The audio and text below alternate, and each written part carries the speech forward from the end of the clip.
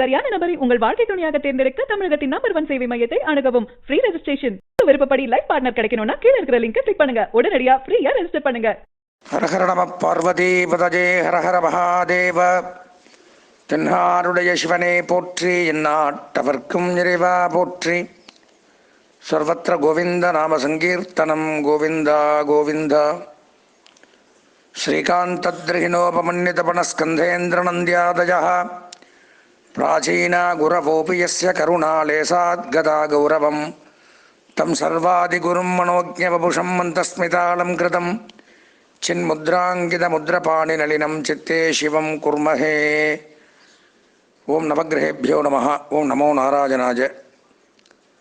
எல்லாம் வல்ல உமையொருபாகன், பார்வதி பரமேஸ்வரன், லக்ஷ்மி நாராயணர், வாணி பிரம்மா மற்றும் நவக்கிரகங்களுடைய திருவருளினாலே நமது சர்வம் தொலைக்காட்சி நேயர்களுக்கு முதற்கண் வணக்கங்களை தெரிவித்துக் கொண்டு, தற்சமயம் நாம் காண இருக்கக்கூடிய நிகழ்ச்சி அப்படின்னு பார்த்தோம்னால், இந்த ஆங்கில புத்தாண்டாக வரக்கூடிய அடுத்த மாதமான 2021ஆம் ஆண்டிற்கான ஜனவரி மாதத்திற்கான 12 ராசிகளுக்கு உண்டான சுப பலன்கள், அசுப பலன்கள், அதிர்ஷ்ட எண்கள், அதிர்ஷ்ட வண்ணங்கள், அதிர்ஷ்ட திசைகள், அதிர்ஷ்ட தெய்வங்கள் மற்றும் வணங்க வேண்டிய தெய்வங்கள், சந்திராஷ்டம தினங்கள், இதெல்லாம் பற்றி நம்ம இப்போ பார்க்க இருக்கிறோம். இந்த 12 ராசிகளுக்கு முன்னான ஜனவரி மாதத்தினுடைய பலாபலன்களை காண்போம். நன்றி, வணக்கம்.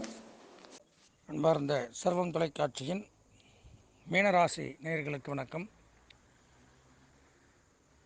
பூரட்டாதி, உத்திரட்டாதி, ரேவதி ஆகிய நட்சத்திரத்தில் பிறந்த மீனராசி நேயர்களுக்கு நமது சர்வம் டிவியின் வாயிலாக மாத ராசி பலன்கள் அப்படிங்கிற தலைப்பில் 2021ஆம் வருடம் ஜனவரி மாதத்திற்குண்டான சுப பலன்கள், அசுப பலன்கள், சந்திராஷ்டம தினங்கள், வணங்க வேண்டிய தெய்வங்கள், இதெல்லாம் பற்றி நம்ம இப்போ பார்க்க இருக்கோம்.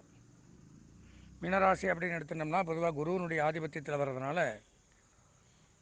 ஞானவான்கள், ஆன்மீகவாதிகள், தர்ம சிந்தனையாளர்கள், பிறருக்கு உதவி செய்யக்கூடிய எண்ணங்கள் கொண்டவர்கள், அப்பேற்பட்ட தங்களுக்கு இந்த மாத பலாபலன்கள் அப்படின்னு பார்த்தோம்னா, ராசிக்கு 2ஆம் இடம் சொல்லக்கூடிய குடும்பஸ்தானம், வாக்குஸ்தானம், தனஸ்தானம் சொல்லக்கூடிய இடத்துல செவ்வாய் சஞ்சரிக்கிறதுனால மிகச் சிறப்பான யோகங்கள் அதிகரிக்கும்.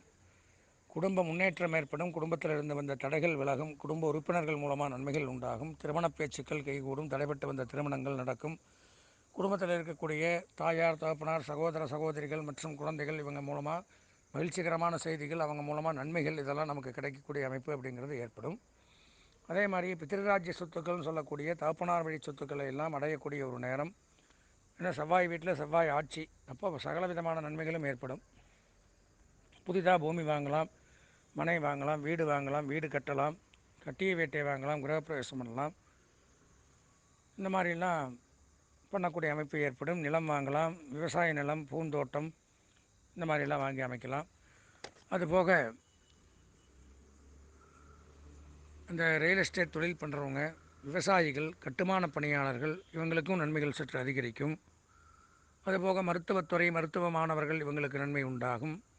மின்சாரத்துறை, ரயில்வே துறை, காவல்துறை, கஸ்டம்ஸு, வருமான வரித்துறை,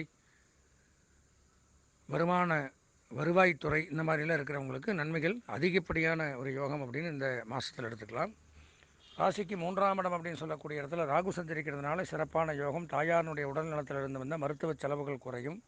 தாயார் உடல்நலம் சீராக ஆரோக்கியமாக இருக்கும். தாயார் வழி சொத்துக்கள் நமக்கு நன்மையை தரும். தாயார் வழி சொந்தங்களும் நமக்கு உதவி செய்வார்கள். வெளிநாடு போகக்கூடிய அமைப்பு அப்படிங்கிறது ஏற்படுது. திரைக்கடல் ஓடியும் திரவியம் தேடுன்னு சொன்ன மாதிரி வெளிநாட்டில் போய் நம்மளுடைய பெயர் புகழ் வித்தைகளை காமிச்சு, அதன் மூலமாக, வித்தைன்னா நம்மளுடைய படிப்பு திறமை, அந்த திறமைகளை காமிச்சு நாம்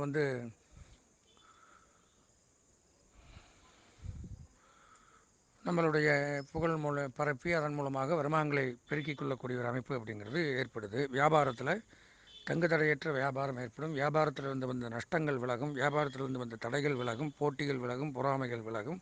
எதிரியாளர்கள் வீழ்த்தப்படுவார்கள். அதே மாதிரி ராசிக்கு 11ஆம் இடம் லாபஸ்தானம் அப்படின்னு சொல்லக்கூடிய இடத்துல பார்த்தோம்னா 4 கிரக சேர்க்கை மிகச்சிறப்பு. அதுவும் ராசிநாதனோட சூரியன், புத ஆதித்ய யோகம் பெற்று அரசுத்துறை, அரசியல்வாதிகள், அரசு பணியாளர்களுக்கு நன்மை சற்று அதிக அளவில் நடக்கும். தகப்பனார் மூலமாக நன்மைகள் உண்டாகும். அரசு பணிக்காக காத்துருக்கிறவங்களுக்கெல்லாம் அந்த அரசு பணிங்கிறது கிடைக்கும். அதே மாதிரி புதனும் அதில் இருக்கிறதுனால தனியார் துறை, வங்கித்துறை, நிதித்துறை, நீதித்துறை, ஆடிட்டிங், கணிதம், அக்கௌண்டண்ட்டு இந்த மாதிரி இருக்கிறவங்களுக்கெல்லாம் சினிமா துறை, கேளிக்கை, விளையாட்டு, ஜோதிஷம் சொல்லிகிட்டே போகலாம். எல்லாத்துக்கும் புதன் தான் அதிபதி, சகல கலைகளுக்கும் அதிபதி புதன். அப்போ அதில் இருக்கிற எல்லாத்துக்குமே மிகச் சிறப்பான யோகம் அப்படிங்கிறது 11ஆம் இடத்துல சூரியனோடு இருக்கிற புதனால் கிடைக்கும். கல்வி பயிலக்கூடிய மாணவர்களுக்கு கல்வி முன்னேற்றங்கள் ஏற்படும். கல்வித்துறையில் வேலை செய்கிறவங்களுக்கும் நன்மைகள் சற்று அதிக அளவில் நடக்கும். 11ஆம் இடம் அப்படின்னு சொல்லக்கூடிய இடத்துல ராசிநாதன் குரு சஞ்சரிக்கிறதுனால தடைபட்டு வந்த திருமண பேச்சுக்கள் கைகூடும். தடைபட்டு வந்த திருமணங்கள் நடக்கும். வீட்டில் சுப நிகழ்ச்சிகள் நடத்தலாம். குழந்தை பாக்கியம் ஏற்படும். பொன் பொருள், ஆடை, ஆபரணங்கள், வஸ்திரங்கள், தனதானியங்கள் இதெல்லாம் வாங்கக்கூடிய அமைப்பு அப்படிங்கிறது ஏற்படுது. 11ஆம் இடத்துல லாபஸ்தானத்தில் சனியினுடைய பலனும் வந்து சேருது. இந்த 2.5 வருஷமாக தொழில் ஸ்தானம், ஜீவனஸ்தானம் சொல்லக்கூடிய 10ஆம் இடத்துல இருந்த சனி இப்போ 11ஆம் இடத்துக்கு வந்திருக்கிற 11ஆம் இடத்துக்கு வந்திருக்கிறதுனால யோகங்கள் அதிகரிக்கும். ஏன்னா சனியை பொறுத்த வரைக்கும் 3, 6, 11 தான் நன்மையை செய்யும். 11ஆம் இடத்துக்கு வந்து 2.5 வருஷத்துக்கு உங்களுக்கு சனி பகவான் சிறப்பான முன்னேற்றத்தை கொடுப்பார். வாகனம் வாங்கலாம், சுய தொழில் ஆரம்பிக்கலாம், சொந்த தொழில் பண்ணலாம், வியாபார விருத்தி, பழைய வாகனத்தை பழுது பார்க்கறது, புதிய வாகனம் வாங்குதல், இந்த மாதிரி அமைப்புகள்லாம் ஏற்படும். ராசிக்கு 10ஆம் இடம்ங்கிற இடத்துல தொழில் ஜீவனஸ்தானம், கர்மஸ்தானத்தில் சுக்கிரன் இருக்கிறனால எந்த தொழில் பண்ணாலும் அதில் லாபங்கள் ஏற்படும். சுக்கிரன் கலத்திரகாரகன், தனகாரகன், சுகபோக போக்கியக்காரகன் 10ல் இருக்கும் பொழுது எந்த தொழில் பண்ணாலும் அதில் நன்மைகள் சற்று அதிக அளவில் ஏற்படும்.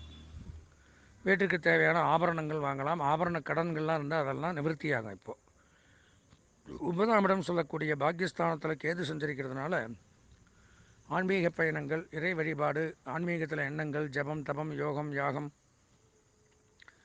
ஆன்மீக சுற்றுலாக்கள் போகிறது, இந்த மாதிரி கோயிலுக்கு அன்னதானம் பண்ணுறது, மடாலயங்களுக்கு உதவி பண்ணுறது, இந்த மாதிரி தான தர்மங்கள் பண்ணுறது, குருமார்களை தரிசனம் பண்ணுறது, இதெல்லாம் நடக்கும். உங்கள் மேலே இருந்து வந்த கோர்ட்டு கேஸ், வம்பு வழக்குகள்லாம் துளிகூட இல்லாமல் இப்போ எல்லாமே சால்வ் ஆகி நீங்கள் ஃப்ரீயாக இருக்கக்கூடிய ஒரு அமைப்பு அப்படின்னு இந்த நேரத்தை எடுத்துக்கலாம்.